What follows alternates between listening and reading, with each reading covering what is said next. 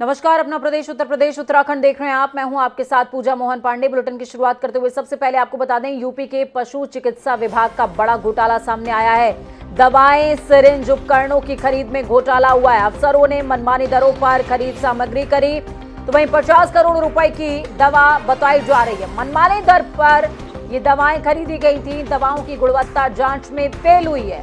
विभाग के निदेशक ने घोटाले की बात मानी। घटिया दवाओं की आपूर्ति हुई है, ये कहना है डॉक्टर जीवन दत्त का। बड़ी और अहम जानकारी इस वक्त की आपको दे रहे हैं। स्वास्थ्य विभाग से जुड़ी बड़ी और अहम जानकारी है। बड़ी खबर,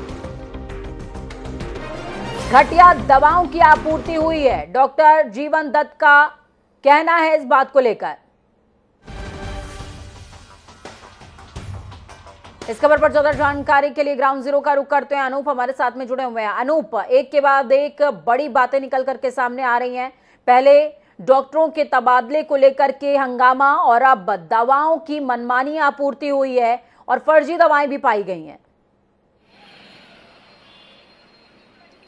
बिल्कुल पूजा, उत्तर प्रदेश की जीरो टॉलरेंस सरकार में एक बड़ा घोटाला सामने आया। ये पशु चिकित्सा विभाग का है। हालांकि इस मामले पर लगातार संज्ञान के बाद जो पशुधन विभाग के जो मंत्री हैं धर्मपाल सिंह, उनसे हमारी बातचीत हुई तो उन्होंने कहा कि 2021 का मामला है। हालांकि इसमें जांच के आदेश दे दिए हैं। एसीएस जो रजनीश दुबे हैं विभाग के, उनको कमेटी बनाकर इस मामले की जाँच के लिए आदेश दिए गए हैं। उनका यह भी कहना था इस मामले में जो भी दोषी पाया जाएगा उस पर कार्रवाई होगी। लेकिन एक बड़ी बात है कि जीरो टॉलरेंस सरकार पर इतना बड़ा घोटाला अगर हो जाता है, अभी प्राथमिकता तौर पे अगर देखा गया है तो करीब 50 करोड़ का जो घोटाला सामने आ रहा है। ये पशु विभाग में जिस तरीके से जो खरीद फरोख्त हुई है, जिस तरीके से दवाओं की घटिया दवाओं की जो खरीदारी हुई है, जो इक्विपमेंट है वो घटिया खरीदे गए हैं, इसको लेकर हालांकि उस समय जो निदेशक थे और डॉक्टर इंद्रमणि थे और आरपी सिंह दोनों दीकारी उस समय 2021 में इंपॉर्टेंट पद पर तैनात थे और इंद्रमणि निदेशक विभाग के थे। उन्हीं के समय एक दवाओं का खरीदारी हुई थी। तो ऐसे में कहीं न कहीं ये दो अधिकारी कहीं न कहीं निशाने पर हैं और इस मामले की अगर जांच होती है तो ये भी एक जानकारी मिलेगी कि ये कितना बड़ा घोटाला है। 50 करोड़ से आगे भी निकल सकता है। लेकिन धर्मपाल सिंह सैनी जो विभाग के मंत्री हैं, उनका कहना है इस मामले की जांच 3 दिन के अंदर उनके पास पहुंचेगी, उसके बाद कार्रवाई का दौर। क्योंकि जीरो टॉलरेंस सरकार उत्तर प्रदेश की है, ऐसे में इस मामले को लेकर सरकार की किरकिरी जरूर हुई है। तो मुझे लगता है उत्तर प्रदेश सरकार में योगी आदित्यनाथ किसी भी लापरवाह या दोषी अधिकारी को नहीं छोड़ते हैं। तो मुझे लगता है इस पर कार्रवाई निश्चित होगी। इस मामले की जांच के बाद इंतजार होगा कि इस मामले पर बड़ी कितनी कार्रवाई होगी। क्या जो इंद्रमणि सिंह हैं या फिर आरपी सिंह है, इनको दोनों को हटाया जाएगा, या और भी विभाग के जो मंत्री हैं या वर्तमान में होंगे उन पर भी कहीं ना कहीं उनकी संलिप्तता रही है, या कौन और अधिकारी इसमें शामिल थे पूरे रैकेट में, या और कितना बड़ा घोटाला ये खुलकर सामने आएगा। पूजा, बहुत शुक्रिया अनूप हमारे साथ जुड़ने के लिए, अहम जानकारी साझा करने के लिए। तो पहले स्वास्थ्य विभाग, फिर पशु चिकित्सा विभाग, दोनों में ही बड़ी जो है कमियां निकल करके सामने आई हैं। अब देखना होगा कि सरकार इन कमियों से आखिरकार कैसे निपटती है। तो वहीं दूसरी तरफ मुख्यमंत्री योगी आदित्यनाथ ने लखनऊ में जनसंख्या स्थिरता पखवाड़े का शुभारंभ कर दिया। राज्य सरकार के निर्देशानुसार विश्व जनसंख्या दिवस के उपलक्ष्य में 11 से 24 जुलाई तक जनसंख्या स्थिरता पखवाड़ा मनाया जाएगा। कार्यक्रम का शुभारंभ करते हुए सीएम योगी ने कहा कि मातृ मृत्यु दर और शिशु मृत्यु दर में उत्तर प्रदेश ने पहले की तुलना में अपने रिकॉर्ड को बेहतर किया है, लेकिन इसे और बेहतर करने की जरूरत है। उन्होंने कहा कि हम सभी जानते हैं कि जनसंख्या स्थिरता के कार्यक्रम विगत 5 सालों से चल रहे हैं। एक निश्चित पैमाने पर जनसंख्या समाज की उपलब्धि भी है, लेकिन ये उपलब्धि तभी है जब समाज स्वस्थ और आरोग्यता की स्थिति को प्राप्त कर सके। उत्तर प्रदेश देश के अंदर आबादी की दृष्टि से सबसे बड़ा प्रदेश है। 24 करोड़ से अधिक की आबादी वर्तमान में है और अगले कुछ ही वर्षों के अंदर ये 25 करोड़ के आंकड़े को भी पार कर जाएगी। जनसंख्या अगर हमारे पास है और उसके पास पर्याप्त संसाधन है, स्टेट के पास या देश के पास पर्याप्त संसाधन है, वह स्वस्थ है, वहां पर उनके लिए हर प्रकार के संसाधन उपलब्ध हैं, तो समाज के लिए एक उपलब्धि मानी जा सकती है। लेकिन जब यही अभाव से अस्वस्थता के कारण या किन्हीं अन्य कारणों से वह किसी विपरीत परिस्थिति का सामना कर रहा है, वह अपने आप में एक चुनौती है। उत्तर प्रदेश के किसानों की हालात लगातार सुधारने में लगी योगी आदित्यनाथ सरकार उनकी आर्थिक स्थिति को मजबूत करने के लिए भी बड़ा कदम उठाती नजर आई। सीएम योगी आदित्यनाथ ने लोक भवन में वर्चुअली तौर पर प्रदेश के 50,10,000 से ज्यादा अन्नदाता किसानों को अंश प्रमाण पत्र वितरित किया है। इस दौरान उन्होंने कहा कि किसान अपने परिश्रम से प्रदेश में खुशहाली ला रहे हैं। यूपी की बढ़ती अर्थव्यवस्था में किसानों की भूमिका बेहद खास है। हमारी सरकार के कार्यकाल में किसानों को तकनीकी से जोड़ा गया। उन्होंने कहा, हमने प्रदेश के गन्ना किसानों को माफियाओं से मुक्ति दिलाई है। हर स्तर पर तकनीकी के उपयोग से गन्ना माफियाओं को खत्म करने में सफलता अर्जित की। बीते 5 सालों में रिकॉर्ड गन्ना भुगतान किया गया है। दाता किसान हमारे लिए सदैव से वर्ण रहा है, सम्मानीय रहा है। और फिर भारत जैसे कृषि प्रधान देश में, और उसमें भी उत्तर प्रदेश, जिस पर प्रकृति और परमात्मा की सीम कृपा है, उस राज्य के माध्यम से न केवल राज्य की 25 करोड़ की आबादी का, बल्कि देश और दुनिया के अन्न के माध्यम से, उत्तर प्रदेश के अन्न के माध्यम से उनका पेट भरने की क्षमता अकेले हमारा उत्तर प्रदेश का अन्नदाता किसान रखता है। सर्दी बरसात की प्रवाह के बगैर निरंतर अपने परिश्रम से, अपने पुरुषार्थ से उत्तर प्रदेश और देश के अंदर खुशहाली लाने का कार्य कर रहे हैं। उत्तर प्रदेश को देश की सबसे बड़ी अर्थव्यवस्था बनाने में अपना योगदान दे रहे हैं। मैं इसके लिए आप सबका हृदय से अभिनंदन करता हूं।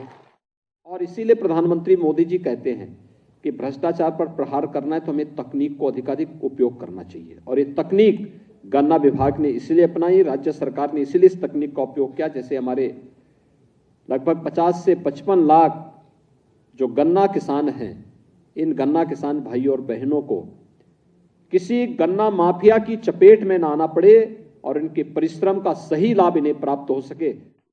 तकनीक अगर नहीं होती, हमारे लिए चुनौती होती। चीनी मिलें नहीं चल पाती, गन्ना माफिया हावी हो गया होता। और इसीलिए आपने देखा होगा, जब इस तकनीक को अपनाया गया, आम गन्ना किसान, जो सच्चा गन्ना किसान था, उसने स्वागत किया, लेकिन गन्ना माफियाओं ने इसका विरोध किया। कुछ लोगों ने विरोध किया। जो लोग नहीं चाहते कि किसानों के का हित हो, वे लोग प्रोपेगेंडा ज्यादा कर लेते। तो वहीं यूपी के वित्त मंत्री सुरेश खन्ना ने लखनऊ में प्रेस कॉन्फ्रेंस करी। इस दौरान उन्होंने कहा कि जीएसटी की हमारी कोई भी राशि बकाया नहीं है।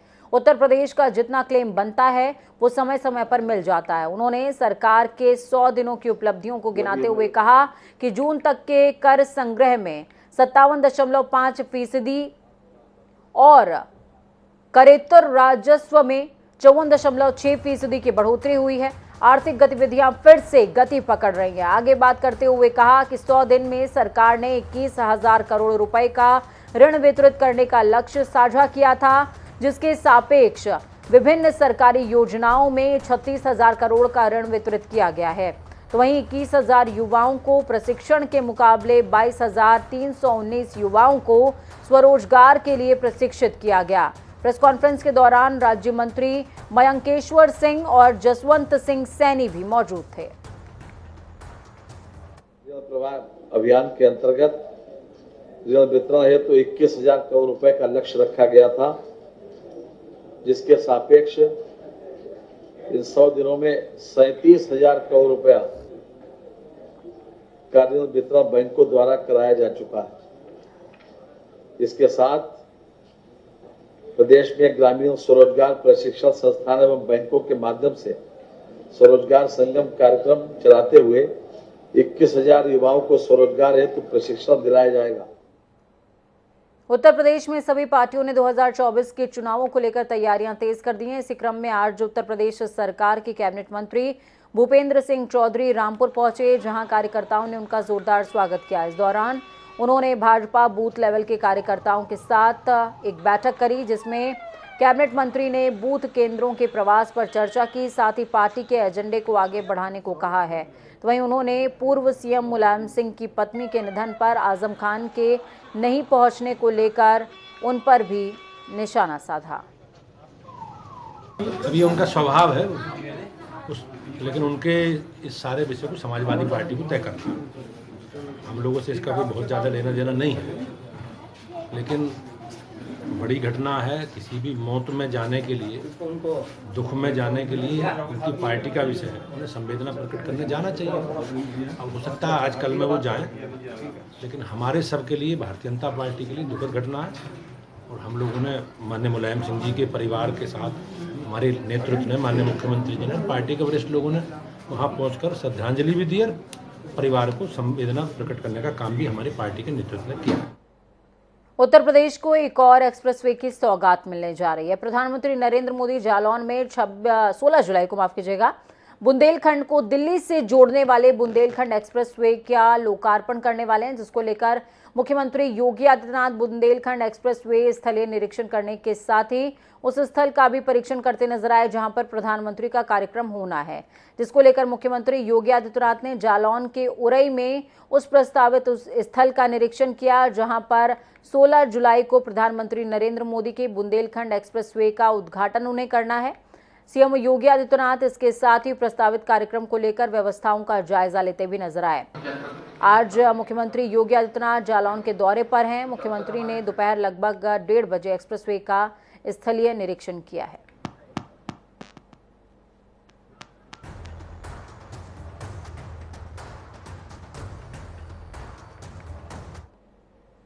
उत्तर प्रदेश की राजनीति में बीजेपी और समाजवादी पार्टी एक दूसरे के धुर विरोधी माने जाते हैं। अक्सर ही सीएम योगी आदित्यनाथ सरकार के फैसले पर सपा गठबंधन की पार्टियां विरोध जताती रही हैं। हालांकि ऐसा केवल राजनीतिक गलियारों तक ही सीमित नजर आता है।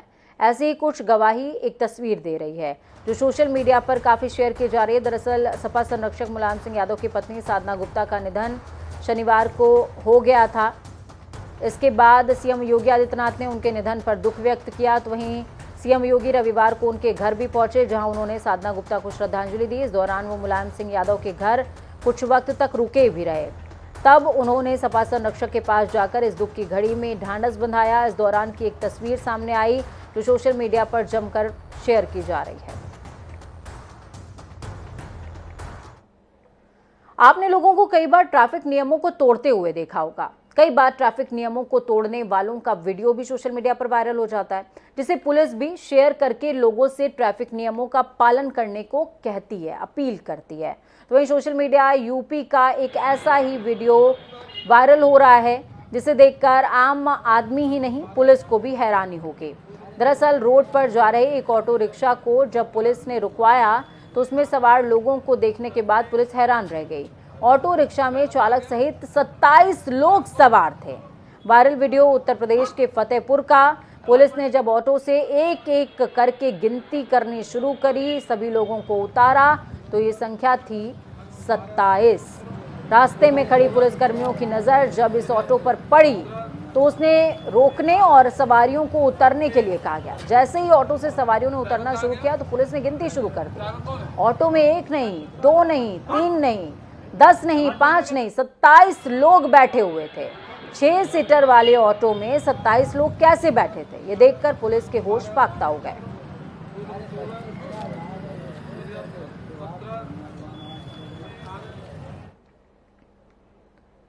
तो बिल्कुल भी ऐसा मत कीजिए, क्योंकि आपकी जान आपकी भी अमानत है और आपके परिवार की भी अमानत है, उनका भी ख्याल आपको रखना है। तो इस तरीके की हरकतें ना कीजिए कि आगे चल के किसी दुर्घटना का आप शिकार हो जाएं। चलिए खबरों में आगे बढ़ते हैं, बात उत्तराखंड की करते हैं और खबर जो है राष्ट्रपति उम्मीदवार द्रौपदी मुर्मू से जुड़ी हुई है। राष्ट्रपति पद की उम्मीदवार है द्रौपदी मुर्मू।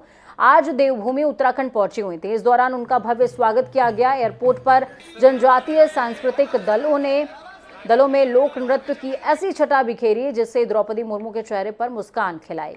आपको बता दें कि राष्ट्रपति पद की उम्मीदवार मुर्मू इन दिनों समर्थन जुटाने के लिए अलग अलग राज्यों का दौरा कर रही हैं। इसी क्रम में वो आज देहरादून पहुंची हुई थी और इस दौरान जनजातीय सांस्कृतिक टीम की ओर से झारखंड की उम्मीदवार आपको बता दें कि राष्ट्रपति पद की उम्मीदवार जो कि उड़ीसा से ताल्लुक रखती हैं, झारखंड की राज्यपाल रह चुकी हैं, द्रौपदी मुर्मू का स्वागत किया। स्वागत कार्यक्रम के बाद द्रौपदी मुर्मू ने कचहरी स्थित शहीद स्थल पर पहुंचकर बलिदानी आंदोलनकारियों को श्रद्धांजलि भी अर्पित करी है। इसके बाद उन्होंने भाजपा विधायकों और सांसदों के साथ बैठक करी। बैठक में मुख्यमंत्री पुष्कर सिंह धामी, विधानसभा अध्यक्ष ऋतु खंडूरी भूषण, भाजपा के प्रदेश अध्यक्ष मदन कौशिक सहित पार्टी सांसद और संगठन के पदाधिकारी भी मौजूद रहे। बैठक में भाजपा के सभी 47 विधायक और राज्य के लोकसभा और राज्यसभा के सभी 8 सांसद मौजूद थे। बैठक है, एक रूटीन बैठक है, वो आज बैठक होगी। उसमें कई महत्वपूर्ण निर्णय हम लोग आगे के लेंगे, जो पीछे के हुए उनकी समीक्षा करेंगे। इस खबर पर ज्यादा जानकारी के लिए नवीन हमारे साथ में जुड़ गए। नवीन, आज का दिन बेहद खास था बीजेपी के लिए, क्योंकि एनडीए की जो राष्ट्रपति प्रत्याशी हैं द्रौपदी मुर्मू, वो देहरादून पहुंची हुई थी और एक मुस्कान थी उनके चेहरे पर पहुंचते ही आदिवासी नृत्य को देख करके। कैसा पूरा दिन का रिव्यू रहा है?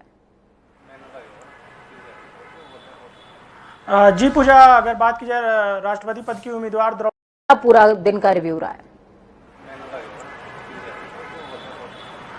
जी पूजा, अगर बात की जाए राष्ट्रपति पद की उम्मीदवार द्रौपदी मुर्मू की, तो 10:05 पर वह जॉली ग्रांट एयरपोर्ट पहुंची थी। वहां पर जो पार्टी के पदाधिकारी थे, मुख्यमंत्री थे, प्रदेश अध्यक्ष थे, उन्होंने उनका स्वागत किया। इसके बाद वह सीधे कचहरी परिसर पहुंची है। वहां पर राज्य आंदोलनकारियों को उन्होंने श्रद्धांजलि अर्पित की। इसके साथ ही फिर सीएम आवास में जो विधायकों से मिलने का कार्यक्रम रखा गया था, क्योंकि द्रौपदी मुर्मू राष्ट्रपति पद की उम्मीदवार हैं और कहीं ना कहीं अपना समर्थन भी जुटा रही हैं। तो सबसे बड़ी बात यही थी कि जो भी पदाधिकारी थे, जो विधायक थे, जो सांसद थे, वह वहां पर मौजूद थे और सभी ने उनको आश्वासन यह दिया है कि वह उनकी तरफ वोटिंग जरूर करेंगे। कहीं ना कहीं अगर पारंपरिक नृत्यों की बात की जाए, पारंपरिक वेशभूषाओं में जो वहाँ उत्तराखंड के जो कलाकार थे, वह उनका स्वागत कर रहे थे और उनके चेहरे पे काफी मुस्कान थी, वह काफी खुश थी, क्योंकि पारंपरिक नृत्यों से उनका स्वागत किया गया। इसके साथ ही जो तमाम सारे विधायक थे, उन्होंने भी प्रधानमंत्री नरेंद्र मोदी का धन्यवाद किया कि एक आदिवासी महिला को एक अच्छे बड़े पद पर राष्ट्रपति पद का उम्मीदवार बनाया है। तो कहीं ना कहीं जो विधायक थे, वह अभी काफी खुश नजर आ रहे थे और उन्होंने साफ तौर पर कहा है कि पूरी तरीके से उनका समर्थन दिया जाएगा। बिल्कुल, और सबसे बड़ी बात है नवीन, इस दौरान उनके साथ में गजेंद्र सिंह शेखावत भी नजर आए हैं। केंद्रीय मंत्री हैं गजेंद्र सिंह शेखावत, केंद्र में उनके पास जिम्मेदारी है। जब लखनऊ गई थी मुर्मू, उस दौरान भी उनके साथ में मौजूद थे और आज जब उत्तराखंड पहुंची हैं देहरादून, तो उस दौरान भी उनके साथ में वो मौजूद थे।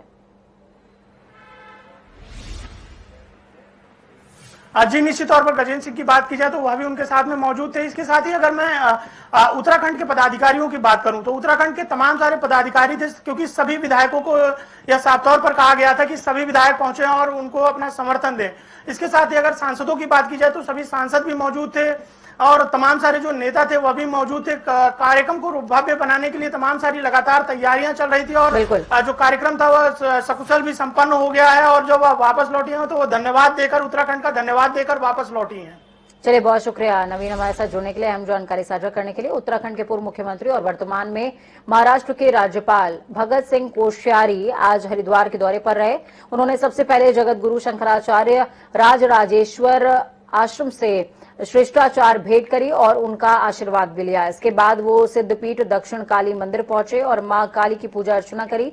इस दौरान निरंजनी अखाड़े के आचार्य महामंडलेश्वर कैलाशानंद गिरी से भी उन्होंने आशीर्वाद लिया है।